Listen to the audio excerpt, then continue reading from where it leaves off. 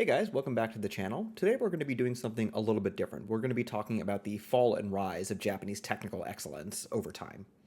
So, if you had to pick a year or a time period of Japanese technical excellence, what year would it be? There's always a visible layer. The 1980s are definitely a good pick. You have the Game Boy, the Walkman reaches maturity, VCRs, camcorders, arcade culture, and then Japanese cars start dominating American cars because of the Iranian Revolution and the spike in oil prices at the time. If you're a child of the 90s like myself, then you might pick 2004. This is where you have the PlayStation 2 Slim. I remember when that came out. It was like the thinnest DVD player you could get. Really, really cool. The PSP or PlayStation Portable, Sharp Aquas, the LCD TVs, and then Japanese feature phones. I also remember growing up thinking that Japanese feature phones, the stuff that we couldn't get in America, were so much cooler than whatever we could get over here. And the reason you call this a peak, right? A peak implies that there's a decline afterwards. Is just 3 years later, the Apple iPhone arrives. And what does it do? It brings in a touch centric, software heavy view on electronics. And this was just not a view, this is not a world that Japanese companies were built to work inside. These companies were massive, sprawling conglomerates with different divisions for their camcorders, their PDAs, their phones, MP3 players, and honestly, they just weren't a match for a single visionary like Jobs, who was willing to cannibalize his own product to make sure that his vision of the future was realized. And every year from 2008 onwards, yen denominated camera shipments declined in value, and Japanese smartphones disappeared from global market share. Then the Koreans and the Chinese took flat panels, and then Apple and Google took smartphones. And the Japanese consumer electronics category just became a nostalgia, basically. It's something that you might see on Instagram, people talking about how nostalgic Japanese tech is. So on the surface, you look at this, and it looks like Japan lost. It looks like this is they just let go of electronics. Now it's just Korean companies like Samsung or Chinese companies with all the like I think TCL might be a Chinese company, and it looks like the Japanese companies don't participate in this anymore. Even in the United States, we have the iPhone. We don't have many technology companies or many electronics companies, but we have the biggest one. The most desirable one in many ways. But underneath, I'm arguing that the Japanese companies, while they may have lost the surface level, they may have lost the visible layer of the electronics industry. Underneath, they built not just strong companies, but very durable monopolies in a specific type of work. And that type of work is deep material science and precision manufacturing. And decades of tacit process knowledge, the knowledge that they built up inside their factories and inside their laboratories is a type that can't be bought, stolen, or funded. And that's the argument I'm going to be making in this video, that the new monopolies that they've created are monopolies that are much more durable than the old, I don't know if you call them monopolies, but the old Japanese electronics industry. And the really cool part about all this is that you may look at this meme on the side, and you'll notice that a lot of these companies aren't your typical technology companies like Sony or like Canon or like Nikon. You have Ajinomoto, which is a food conglomerate. They make seasonings for the most part. Dai Nippon Printing, which is a printing company, like they print on paper and stuff like that, and they like publish things. And TOTO, the toilet manufacturer. If you've ever gone to Japan or even in your country, you probably have seen some TOTO toilets around. The joke over here, obviously, is that the entire electronics industry is built on top of faith in the U.S. dollar. The faith in the U.S. dollar is obviously backstopped by American naval supremacy. But then on top of that, you have TOTO, the toilet manufacturer, and Ajinomoto, which are the basis upon which everything else is built on top of. And this may seem ridiculous, but it's an argument I'm going to be making over the course of this video. So let's start with Gutenberg Semiconductor Press. So when you're talking about printing, if I was to ask you, why is printing, like industrial scale printing, like, with newspapers and blueprints and stuff like that, why is that important to a nation industrializing? Well, when I was in college, I took a course called Introduction to Modern China, and we talked about it. The course covered the topics of China from the late Qing Empire until the right after the Chinese Civil War. So basically, it was kind of like the 1860s, really the 1880s, until about, I think, 1953 is when the CCP came into power. And we asked the obvious question of, how is this great empire? The Chinese empire has been, ruling and dominating its space for centuries at that point. How did this come to fall to Westerners from halfway around the world who had to literally sail all the way around in order to militarily dominate them? And the obvious answers that we gave when we first took the course were things like, the Europeans had better tactics, the Europeans were much better organized, their militaries were better, they had guns and better technology than the Chinese had. And the professor showed us some really cool portraits of the guns and the steamships and the steam engines that the Chinese had access to at the time as well. So it wasn't a direct technological difference because, at the end of the day, also, the population of China is significantly higher than the number of Europeans that could come and conquer and take over various regions of the country. So the point that he made, this is a very complicated topic. There's much more to it. The point that he made was that one of the things that the Europeans had that the Chinese didn't was the ability to diffuse knowledge of different processes across the entire country very rapidly and to many different social classes. And they did this through printing.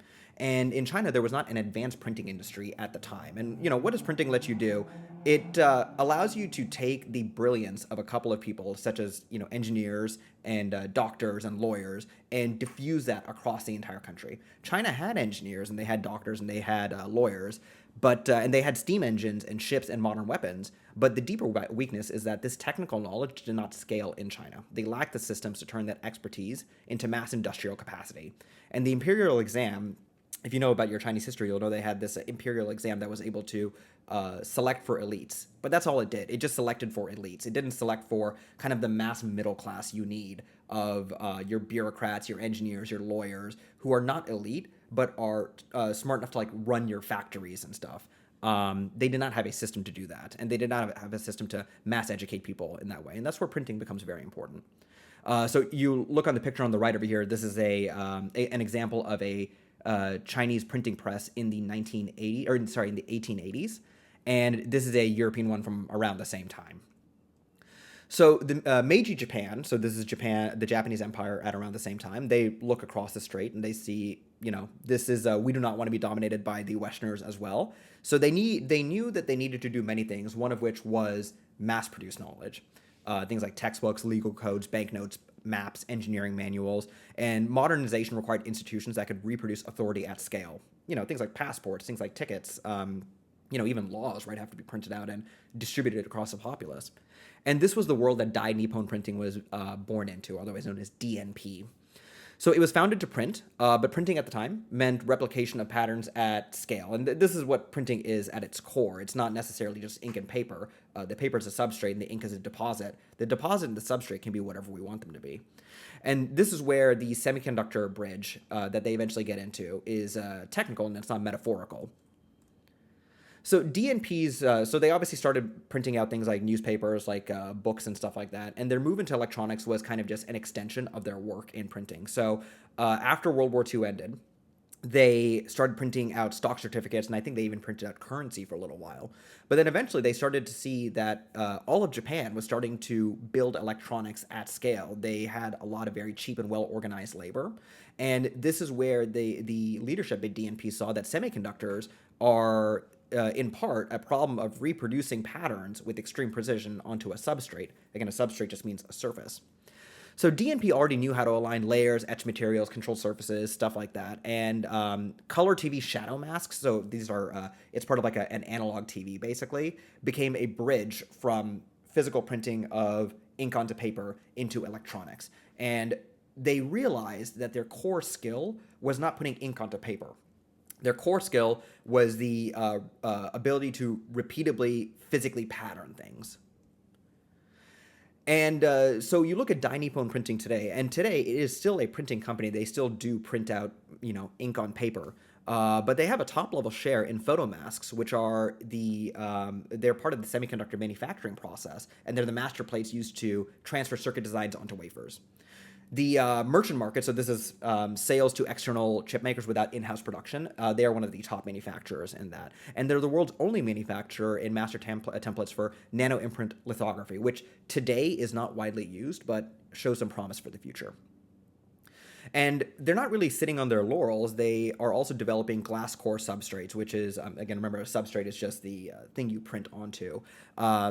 Same basic logic. and it's a new bottleneck, and they're trying to move into this as well. This is an example of a pattern you'll start to see in Japanese companies, not all of them, but in many of them, where they really focus on getting good at the abstracted skills of some kind of physical science, and they find ways to embed that into deeper and more complex technology as time goes on. In 2025, the CEO of DNP was asked about why they don't remove printing from their name. If you remember, I think around like 2010 or something, Apple dropped computer from its name because the iPhone became the business, the iPhone and the iPod. And the CEO, different from Apple, said all of our business is founded on advanced technologies rooted in the printing process. This is something that they have in their annual statements to investors. And if you look at the numbers, this is not just some side business for them. It's the electronics business for DNP is 14% of revenue and 70% of operating profit. And this is something that I think is a pattern that maybe partially demographics drove in Japan, where you have fewer people to do the work, right? Japan's population has been declining for at least 10 years right now. And even more importantly, the age distribution in Japan is not really beneficial for a productive modern economy. And so the companies start moving up the value chain and start doing more and more complex things that bring in less revenue, but significantly greater profit because you can charge higher margins for more technical work. And the company the public sees is a legacy printer. If you ask someone what DNP does, a lot of people might say, oh yeah, it's a printing company. They, print ink on paper. But it is financially powered by one of the most specialized corners of the semiconductor supply chain. This is a very deep and difficult part of the supply chain to operate in. Next, we get to a food conglomerate, or would you like some extra MSG on those chips? So in 1908, Professor Kukena Ikeda, he isolates glutamate from kombo dashi, and basically the process of doing this, and especially doing it through wheat eventually, is how Ajinomoto was founded. So at the time, I think Ajinomoto was the name of the product, not the actual company, but it eventually became the company's name. So basically, what is this? This is making MSG at mass scale. So they're able to take different organic ingredients and then turn that into MSG, which can be used as a flavor enhancer inside foods.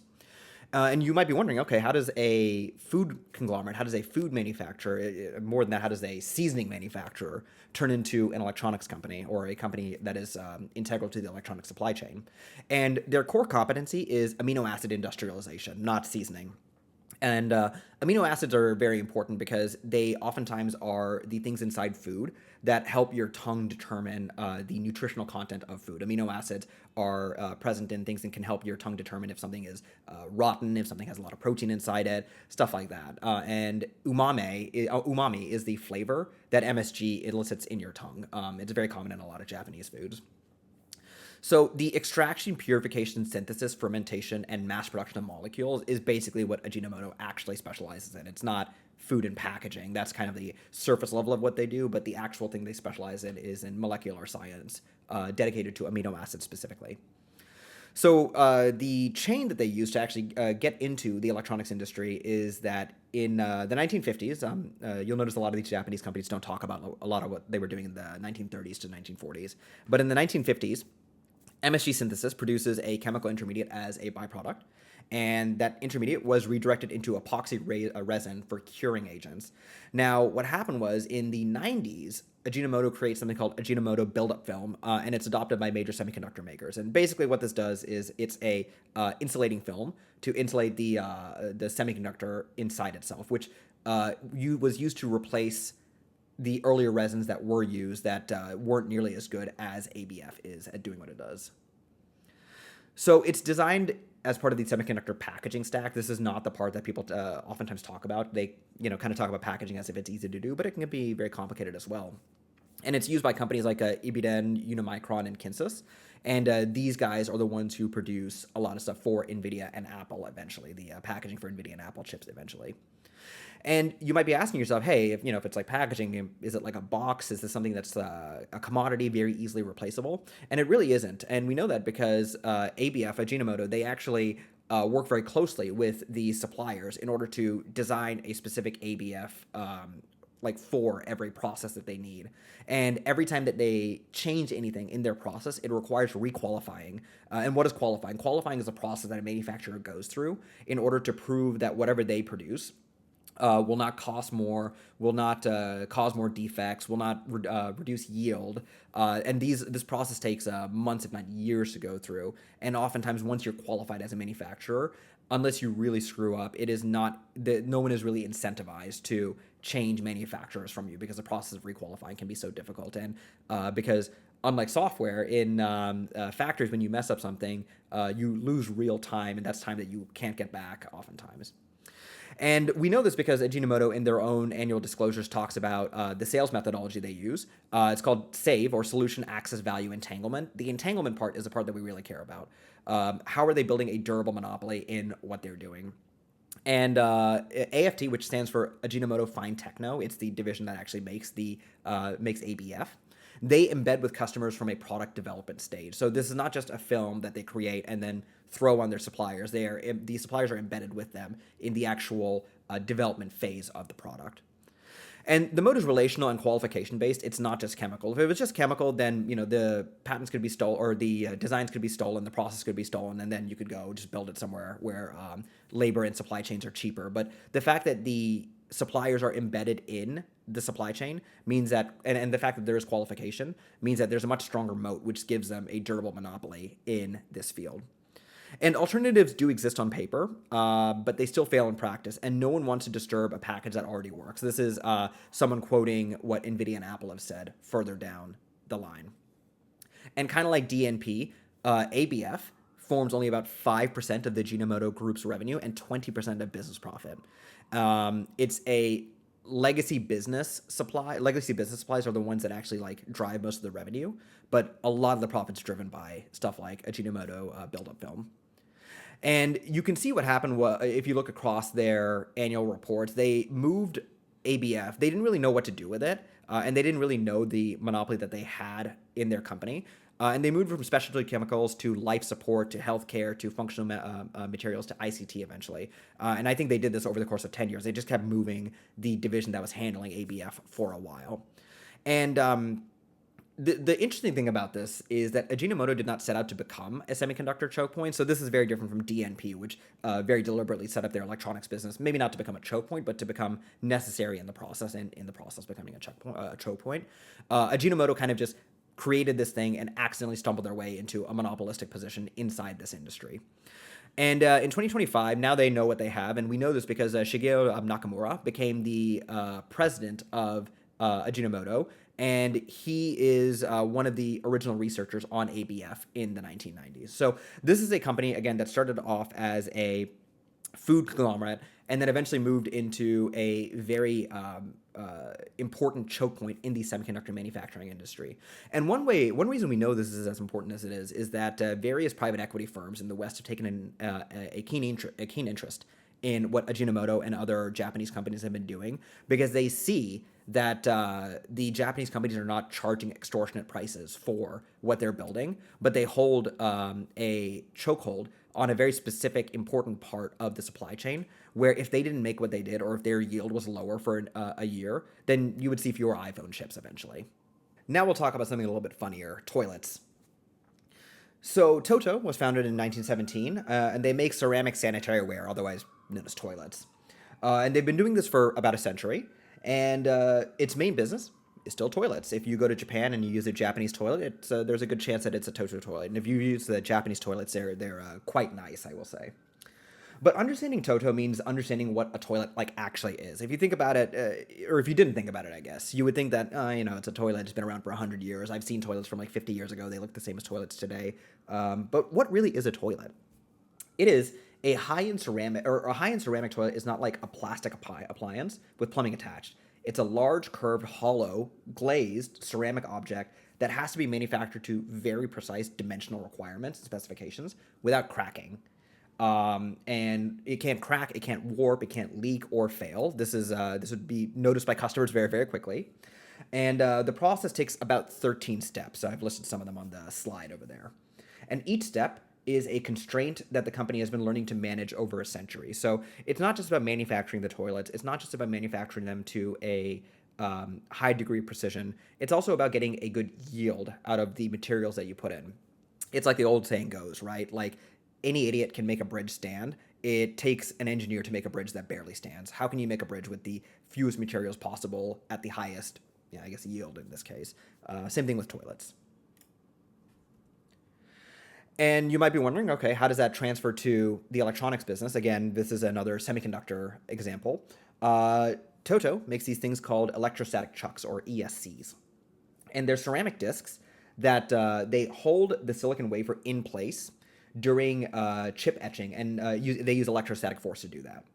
At the semiconductor scale, holding a chip, like holding something still, means it literally cannot move at all, and this is a very technical problem. If it moves at all, it can mess up the entire etch. And in semiconductor manufacturing, yield is everything. If you ever read anything about TSMC, you'll know that like while they do make the world's most advanced chips, other people also do make advanced chips. One of the main advantages that TSMC has is that they make them at a very high yield compared to other people. And for advanced 3D NAND memory, manufacturers need to etch channel holes, so the little holes you see over there, that are roughly 100 times deeper than they are wide. And they do this at temperatures around negative 80 degrees Celsius or at temperatures around negative 80 degrees Celsius.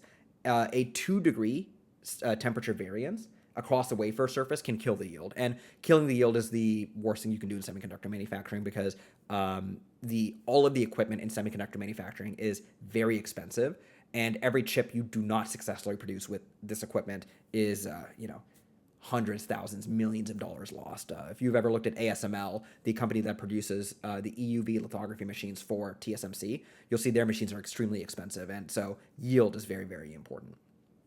So TOTO's cold-resistant alumina ceramics are what make this possible. And the toilet and the etch chamber are both very different environments, but they're both downstream of the same ceramic discipline that TOTO has built over the last 100 years. And we know that TOTO is the dominant supplier of ESCs to Lam Research, and especially specifically for their cryogenic etching tool used in 3D NAND manufacturing. So TOTO's been supplying Lam since, I think, the 1990s, and so for about 35 years. And they have been doing what the industry calls chamber-level code development. Entering this market means clearing 2 sequential qualifying gates, first with Lam, then separately with each of Lam's memory customers. And that process takes years. Again, this is a very solid moat that they've built out that you can't just, if you built an equivalent ESC right now, they probably wouldn't take you up on it. If you built a cheaper ESC, they may not take you up on it as well because the qualification process is so long. You have to build a vastly superior product or a vastly cheaper product. And TOTO's not sitting on its laurels. This is a industry they take very seriously. And 80% of the business is recurring replacement demand with Lam Research because ESCs wear out annually. So this is a position that restarts every 12 months, the qualification process. So TOTO began mass production of ESCs in 1988, and for decades this was just a side project. But in fiscal year 2014, it generated roughly 10.5 billion yen in sales at a 5% margin. In fiscal year 2024, this had reached 50 billion yen with a 41% operating margin. Again, a huge expansion in margin. The company projects 67 billion yen in fiscal year 2025 in a company whose public identity is toilets. One of the largest margin businesses they have is a ceramic component inside semiconductor etching equipment. Again, this is another example of this thing that a lot of Japanese companies seem to do, where they take this technology they've been working on for 100 years and find some way to go super deep into it and embed themselves very deeply with their customers through multiple qualification rounds, such that they are not going to be replaced anytime soon. And I don't know, it's just something very interesting and very, the more I researched this video, the more interesting I thought this was. All right, now we'll talk about what I believe is the most interesting part of this video, and this is steel, and you'll see why the pun exists, why we call it the Great Steel. So steel, if I'm trying to make the point that Japanese companies take a, kind of basic technology from 100 years ago, dig really deep into it, and then find ways to build solid, extremely profitable monopolies inside those industries, steel should be the hardest point to use to prove this point. Because steel is the most basic material in the industrial economy. If you are a country that is serious about your industrial development, you will make steel. You will use government money, you will use government resources and make sure you up your steel production because it's the basis upon which you build an entire society eventually. And the global price of steel is essentially set it's a function of the cheapest blast furnace in Asia, and how much Chinese real estate needs steel. Basically, the demand for steel in China plus the cheapest marginal blast furnace available in Asia are what set the price of steel. So these are two very competitive forces because China's obviously always building, and in Asia there are no shortages of cheap blast furnaces that you can get access to. So you would think no amount of craftsmanship should be able to save a steelmaker from this arithmetic. And if you look at the United States, if you look at U.S. Steel, you would see a great example of this. This is a company that is not doing very well and was acquired by Nippon Steel recently. And yet Nippon Steel's own numbers, they tell a very strange story. So they have double the profit on 20% less volume over the last couple of years. Same company, same materials, same furnaces. The steel is what they decided to change. So Nippon Steel, they couldn't retreat from the steel industry because it's the whole business. The way a chemical company can pivot into molecules or something like that. Maybe retreat's not the right word. They can't pivot into something completely different. Like it's steel. They have to make steel if they want to exist. So steel is the business. So the move for them had to be within the material itself.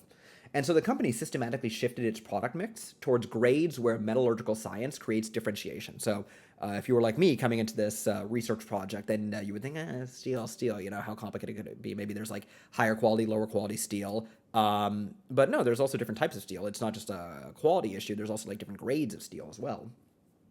And the difference from commodity steel is not just quality, it's in the structure that you use for the steel itself.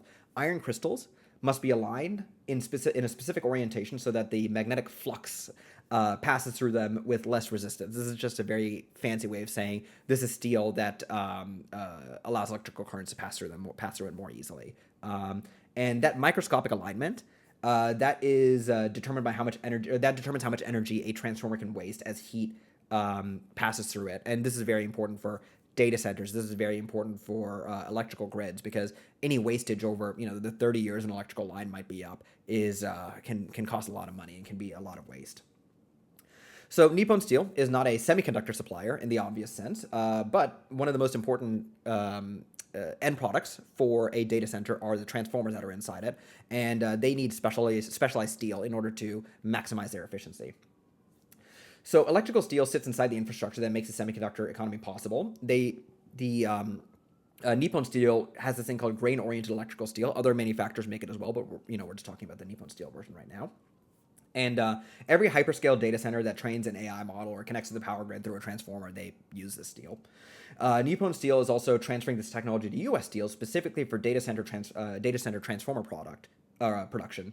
And it's not inside the chip, but it's something that the entire chip depends on. So this is a very technical aspect of the semiconductor industry that's not in the semiconductors itself, but they obviously it sits kind of on the outside and supports the actual ability to take these semiconductors and do something useful with them. And the reason we know that the steel that Nippon Steel makes is specialized in some way, right? And maybe not just the steel itself, but also the process to make the steel. Because it's such a cutthroat industry, the process, if you're able to reduce costs, that's a big deal, is that in the late 1980s, starting in the late 1980s, POSCO, which is a Korean steel giant, or I think I should say the Korean steel giant, asked Nippon Steel to license its GOES, G-O-E-S, grain-oriented electrical steel technology. Nippon refused. Obviously, this is a very competitive technology for them. And then POSCO, allegedly, spent 30 years stealing the process to make it. They knew how to make grain-oriented electrical steel, but the process that Nippon Steel uses to make it is much more efficient. And that sequence is very interesting, right? POSCO is not some backwards producer. This is not some run by the seat of their pants operation. This is a nationally supported operation in one of the most industrially competent countries in the world, South Korea. And before the espionage began, it had obviously concluded that the gap between its own capabilities and Nippon Steel capability process could not be closed quickly through R&D or through money. Again, POSCO has had government support for decades at this point. And eventually, when they settled the case with Nippon Steel obviously sued when they found out about it. The settlement was for about 30 billion yen at the time. And one of the most interesting things about this is that the way they found out about this whole theft was that POSCO, like an employee at POSCO Steel, then sold the secrets to a Chinese steelmaker. And in the court case in Korea, the guy said, "Oh, it's not my fault. We stole it from Nippon Steel, so it wasn't even our secret to give away in the first place." So, again, if you ever want to have a laugh, you should look at East Asian industrial espionage cases. They're very, very interesting. The amount of just blatant theft that goes on in East Asia for like very high end industrial espionage secrets. All right, so now we get to what I feel like is the most interesting part of this video. Why do these moats hold? How are the Japanese companies able to, at least the ones in this video, able to create a durable monopoly in a durable monopoly or a durable position in the industries that they're in? I say position because I would argue that Nippon Steel's position is not quite a monopoly, but they have a very durable position over there. And I think there are 5 conditions that make this possible. So first and foremost, across D&P, Ajinomoto, TOTO, and Nippon Steel, you'll see these 5 conditions. And the first is that they all have a base science that travels. So it's not like product technology. It's a very deep understanding of the science at like a core level of the products that they work on. The products are an offshoot of the science themselves. If you think about it, D&P, Ajinomoto, TOTO, and Nippon Steel, the way that they all broke into the electronics industry and the way they all operate in the electronics industry is an offshoot of their very deep their very deep scientific knowledge of their quote unquote like original business. Number 2, tacit process knowledge. If you've ever looked at the Toyota production system or studied auto manufacturing, especially in Japan, you'll know that tacit process knowledge is something that a lot of Japanese companies are quite good at, and it is the hard part. The hard part is like what lives in the process. It's not like the patent itself. And the reason that this is important is if you look at Nippon Steel, their patents were actually stolen by POSCO and by eventually Baowu Steel, and even today, those companies don't produce the yield of the electrical steel that Nippon Steel is able to produce, in part because the Nippon Steel is like perfecting their processes. And these processes are very, very difficult to steal because it is an agglomeration of the efforts of your executives, your highest level engineers, your line engineers, and then all of the vocational people who like work on the lines themselves. That it's not something you can just buy, basically, or it's not something you can just steal.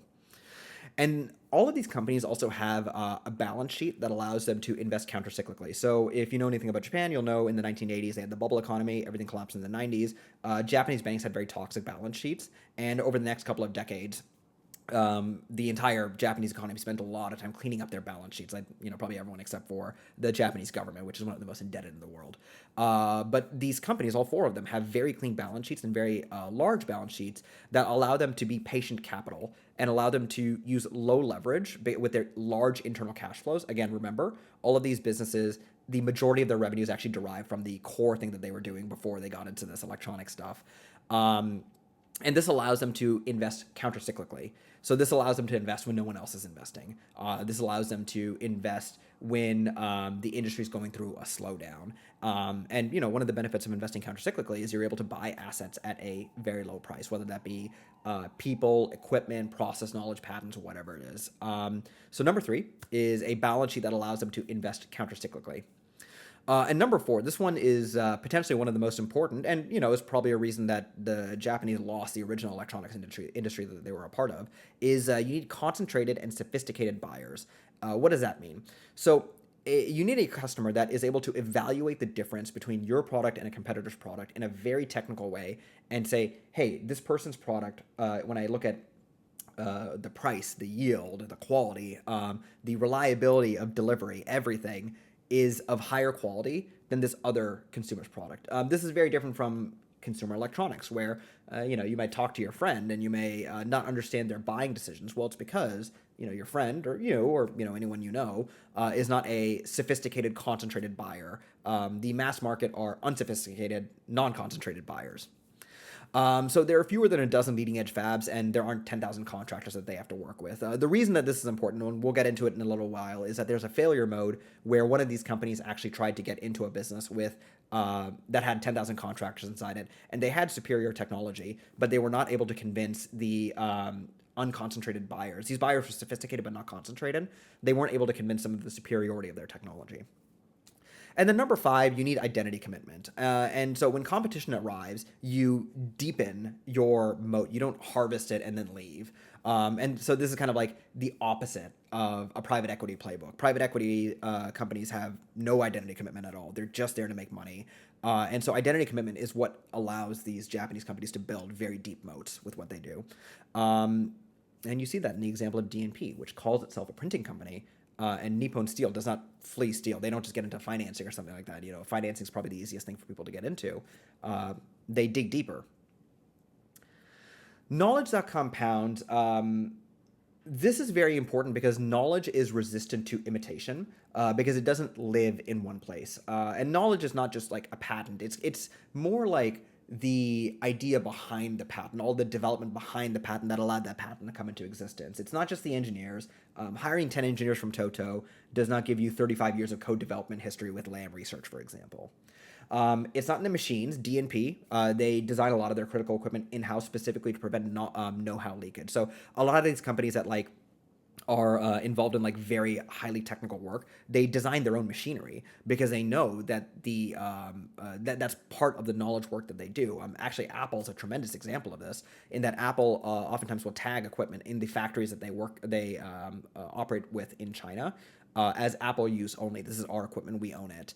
And one of the most interesting examples of this is that Nippon Steel, in that case where POSCO stole the secrets, actually chose not to patent its ghost steel process because they knew that filing the patent would require them disclosing how they actually produce it, which is important knowledge that they didn't want to just make available to everyone. Because, like I said, when something becomes a national priority for a country, patents may not be respected. And we've seen this over the last 30 to 40 years in China, Korea, and Japan. All three countries have been accused of widespread patent theft of technologies from each other, from America, wherever it might be.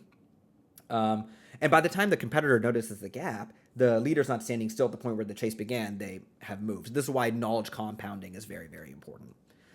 There are three ways you can try to get past this strategy. Number one is you try and fund the development of your own version of it. So in 2019, Japan restricted exports of three major semiconductor materials, the three listed over there. And Korea is a major semiconductor manufacturer. Samsung Semi is one of the most important semiconductor manufacturers in the world, and probably the only people that can really give TSMC a run for their money. And the Korean response was national mobilization. Samsung, SK Hynix had existential motivation because they know that this industry is very competitive and they were trying to win. And they had world-class fabs, they had sophisticated manufacturers, and a very serious domestic chemical industry. What were the results of this funding process from the Korean government down? The results were mixed. Hydrogen fluoride, they were able to reduce their dependency on this. And, it's because it's a chemical input. They didn't, this isn't something that you necessarily need to have tons of technological knowledge to produce. But EUV photoresists, this was a much harder technology to displace. Remember, this is the stuff that DNP makes. It's a co-evolved system, meaning that a bunch of suppliers evolve together to produce it. So you have polymer, solvents, defect control, ASML compatibility. All this stuff has to come up together in order to actually create the final product. So it's built alongside the machines and the fabs that use them over decades of time. So Korea's official goal is 50% dependency on Japan by 2030, not zero. Again, they started this project in 2020, and in 10 years, their goal is to get to 50% dependency. So I think this strengthens the point that the Japanese companies that we're talking about over here built very deep moats and monopolies in the industries that they operate in the electronics industries. Another way you can try and get this knowledge is to try and steal it. We went over the POSCO case already, and they went over there and they tried to steal the technology by hiring out Japanese engineers or hiring out engineers from Nippon Steel to teach them about this technology. Funny enough, this is something that Samsung tried to do to TSMC. You can listen to that story. I think it's on Ajinomoto's YouTube channel. He has a video on that that's very interesting. And a stolen recipe can definitely get you closer. Again, there is a reason that companies protect their recipes. There is a reason that Nippon Steel did not patent the Go Steel production process patent originally. But the actual capability lives in like a moving system. It's rolling schedules, annealing atmospheres, furnace behavior, operator judgment, things like which knobs do I dial in this specific location at this specific factory at this specific time. It's in that way it's very different from software that it's like not standardized by location. Um, and the stolen recipe gets you a lot closer, but it's not the same thing as like being the restaurant. So I think the settlement that they eventually settled on is proof that that's what the moat was priced at by the competitor who most wanted to breach it. And then another example is you could just buy the technology. And Merck, this is not the Merck in America. This is a German. This is a Merck in Germany. The companies are related, but they are very very different from each other. They tried to buy the technology. So Merck KCGA, KGC, GAA, is a family-controlled company over 13 generations, founded in the 1600s. If you know anything about German industry, German industry is not necessarily. It's not what I would call lazy. It's not complacent, and it's not. It also doesn't have the go-go atmosphere of American industry where results have to be shown immediately. They held a 60% share in liquid crystal mixtures, and same structure as the Japanese cases: hidden material sciences, concentrated customers, qualification, lock, and they had all of this. So when pressure arrived, right, when they eventually had pressure by Chinese competition, Merck responded as a rational portfolio manager might, and they spent $17 billion acquiring Sigma Aldrich. If you've ever worked in a lab, I have a chemistry major, so I've worked with Sigma Aldrich tools quite a bit. So they spent $17 billion trying to acquiring Sigma Aldrich, and they spent $5.8 billion on Versa Materials. The capital bought new positions for them, but it did not buy identity commitment from the company. And you can buy a company with a new materials franchise, but you cannot necessarily buy the behavioral pattern that created it. And eventually, this was not considered a successful merger. And you can read it up on the news. It's not considered a merger that was particularly successful. All right, so when does this not work? The point I'm trying to make over here is not that Japanese companies are universally good at this. They definitely are not. There are many, many examples of failures. So let's talk about a couple of those failure modes. So one good example is the Sharp Corporation. So if you've been reading the news, you'll know, I think, like a year or two ago, they were acquired by Foxconn, the Taiwanese company. And in the year 2000, you would not have expected this. Sharp looked like the future of Japanese consumer electronics. They had the Aquos LCDs. They had this plant called Greenfront Sakai, which was the world's largest LCD fab. And they built it in Japan, which was very interesting. But within a few years, all of this collapsed. And a lot of this was due to just misunderstanding the difference between deep scientific knowledge and product knowledge. So Sharp is our clearest failure case. And it's they bet the entire farm on this on LCD technology, and there's this LCD technology called IGZO oxide semiconductor, which uses like backplanes on TVs, and this was a genuinely advanced technology. It was technically ahead of a lot of the Korean and Chinese competitors, but none of it really mattered because the knowledge was very like product trapped. IGZO is what I'm going to call it. IGZO improved display manufacturing, but it could not travel. It could not become a photomask or an electrostatic chuck. It was deep knowledge in how to like do a very specific product thing, not deep knowledge of like the science backing up all of this stuff. And then when LCD commoditized, the knowledge had nowhere else to go. The new business areas that Sharp announced after the crisis, healthcare, robotics, smart home, stuff like that, were product concepts, and they weren't really like capability migrations. This wasn't taking something that Sharp did really well and then moving into that. Even that, if you look at all these Japanese companies that we were talking about, a lot of them developed their capabilities over at minimum a decade. I think Ajinomoto build up fill might be like a decade's worth of development or something like that. And then like DNP had been building their technology since the 50s, and then Nippon Steel since like the 80s. TOTO for a while as well. So under Foxconn, R&D has been cut nearly in half, and Sharp today is mostly just a brand attached to white goods. Panasonic is an example of not really necessarily wanting to get into a capital race. You might remember earlier that I was talking about how you want to have a strong balance sheet for countercyclical investment, but you don't want to get into like a capital race with everyone else because there are deeper pocketed people than you always. So Panasonic's battery business on paper looks like it should fit this model. It's a century-old industrial company, very competent, that went through a catastrophic consumer collapse, pivoted to B2B, and the company even described its battery technology as 30 years of know-how. But batteries became a capital race eventually. CATL, C-A-T-L, the Chinese manufacturer, was founded in 2011. Again, this became a national priority for the Chinese. So this was, I think that's like kind of like a secret rule in there too. If something becomes a national priority for the Chinese, then like you have to start thinking very strategically because they can deploy unlimited human, industrial, and financial capital at whatever is a national priority for them. And by 2017, Cadle had overtaken Panasonic in global power battery share. And by 2025, Cadle had roughly 39% of the global market. And the lesson is not that Panasonic failed because it was Japanese. It's that not every B2B technical market rewards tacit knowledge over capital scale. Cadle invests in tons of R&D. They hire many, many engineers, so many PhDs. Eventually, it just became a huge capital race, and it's a race where if you've ever seen the stats of like how many engineers are graduating in China, I think it's a difficult race to win against China. And two more failure modes. So this is what I was talking about earlier. This is we're talking about TOTO Hydrotech now, and it's really interesting that this specific failure mode is interesting because it isolates that buyer variable we were talking about. Same company, same ceramic science, but a different market. The technology worked. But Hydrotech, and when I say the technology worked, I mean like the electrostatic chucks. Hydrotech was sold to to fragmented construction markets, contractors, architects, homeowners, stuff like that, who were price sensitive and could not evaluate ceramic microstructure accurately. Basically, this is just a superior ceramic that they made. And as you can see, like it's just easier to like remove oil stains, for example. I would really enjoy this in my bathroom, to be honest.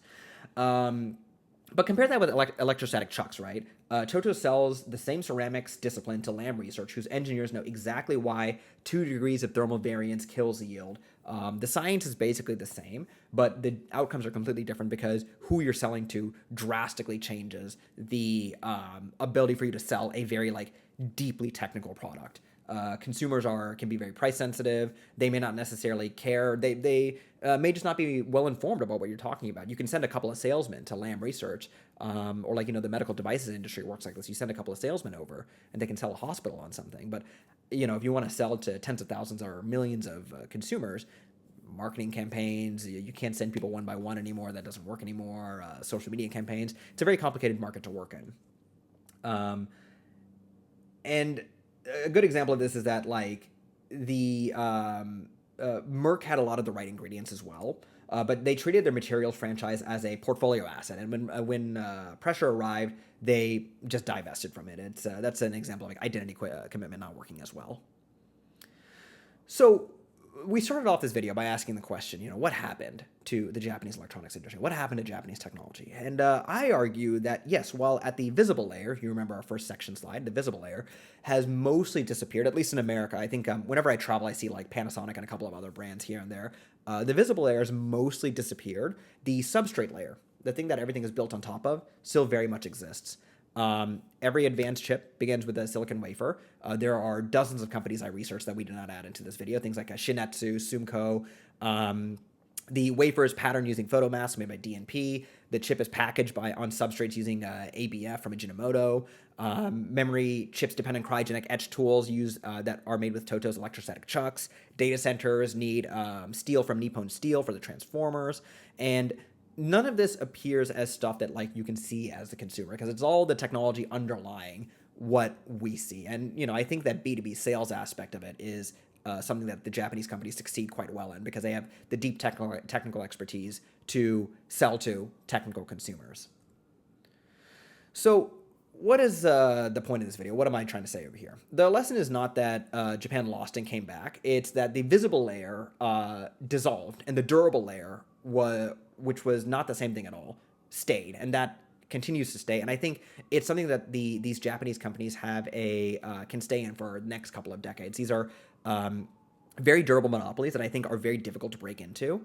And they don't move as fast and as aggressively as a product stage. So Japan lost products that defined its technological image. Your Walkman, that became an iPhone. Your Aquos became a Samsung or a TCL. And your feature phone turned into Android and iOS. But underneath those products, Japanese companies kept compounding their knowledge. Deep material science, precision manufacturing, 60 years of doing this. And Japan is not competing in the consumer technology race as much anymore, but it is very much a strong competitor in the physical material form that the track, which all these consumer electronics are built on top of, is built on. So the race which is what you see, right? The people running around the track. That's fast, expensive, and exciting. But it only exists because it's built on top of a very durable, well-built track. And now a quick channel update to close out. So first and foremost, for any of you that know me from previous videos, you'll know that I normally am a data science and data engineering channel, and I haven't posted anything for 3 years. I feel like that deserves some kind of an explanation. Long story short, I just kind of ran out of stuff to say about the industry. I felt like a lot of my videos were just rehashing the same type of content, and I was just very uninspired by the work that I was doing on the YouTube channel. So decided to put it away for a little bit. More recently, I feel like over the last couple of years, I've done a lot of reading, done a lot of research, and have seen a lot of channels pop up of people who, also do a lot of reading and research and create videos on just topics they're interested in. And I decided to take a crack at that myself. Some channels I find particularly interesting are Perun, spelled Perun, Asianometry. I actually got to meet Asianometry when I went to Taiwan a couple of years ago.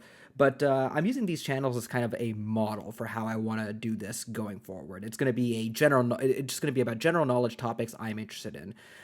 This is my first time doing a video like this, so any comments on improvements are greatly appreciated. I know this one could have been a little bit more polished, but I kind of wanted to get it out there just to, get the ball rolling on actually publishing on the channel again.